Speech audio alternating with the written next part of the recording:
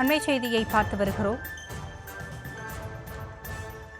CBSE 10ஆம் வகுப்பு பொதுத் தேர்வுகள் இனி ஆண்டுக்கு 2 முறை நடத்தப்படும் என்று தெரிவிக்கப்பட்டிருக்கிறது. முதல் கட்ட தேர்வில் மதிப்பெண் போதவில்லை என்று கருதினால் 2ஆம் கட்ட தேர்வை எழுதலாம் என்றும் தெரிவிக்கப்பட்டிருக்கிறது. இது குறித்த விவரங்களை வழங்குவதற்காக இணைகிறார் எமது செய்தியாளர் ராஜேஷ். இது குறித்தான முழு விவரங்கள்.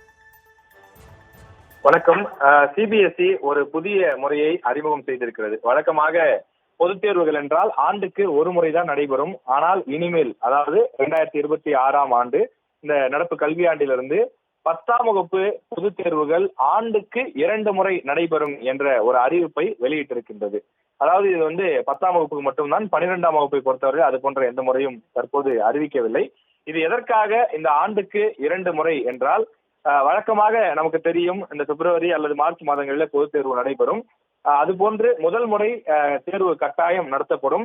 2வது முறை ஜூன் மாதத்தில் ஒரு தேர்வு நடைபெறும். அதை விருப்பப்படக்கூடிய மாணவர்கள் மட்டும் எழுதி கொள்ளலாம்.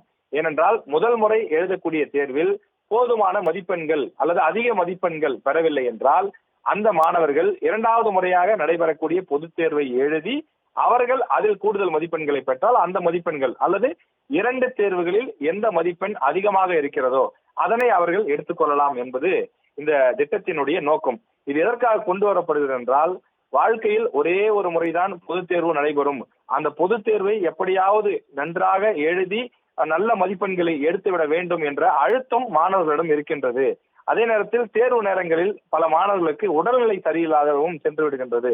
எனவே ஒரு முக்கிய தேர்வின் போது அவருக்கு உடல்நிலை சரியில்லை என்றால் அந்த ஆண்டு முழுவதும் படித்தது அந்த ஒரு நாளில் வீணாகி போகிறது. எனவே இது போன்ற பல காரணிகளை மேற்கோள் காட்டிதான் இந்த புதிய திட்டம் கொண்டு வரப்பட்டிருக்கிறது. இதற்கு ஒரு சில எதிர்ப்புகள் இருந்தாலும் பெரும்பான்மையான மாணவர்கள், பெற்றோர்கள் இந்த திட்டத்திற்கு ஆதரவு தெரிவித்திருக்கிறார்கள். அதாவது வழக்கமாக ஏப்ரல் மாதத்தில் நடைபெறக்கூடிய அந்த தேர்வை தவற விட்டு விட்டாலோ அல்லது குறைவான மதிப்பெண் எடுத்து விட்டாலோ கூட அது பற்றிய கவலையோ அச்சமோ தேவை கிடையாது. அடுத்த 3 மாதத்தில், ஜூன் மாதத்தில் வரக்கூடிய மற்றொரு தேர்வை எழுதி அவர்கள் கூடுதல் மதிப்பெண், நல்ல மதிப்பெண்களை பெற்றுக்கொள்ளலாம். எனவே மாணவர்கள் மற்றும் பெற்றோர்கள் இதனை அதிக அளவில் வரவேற்கக்கூடிய ஒரு திட்டமாக இது அறிவிக்கப்பட்டிருக்கின்றது.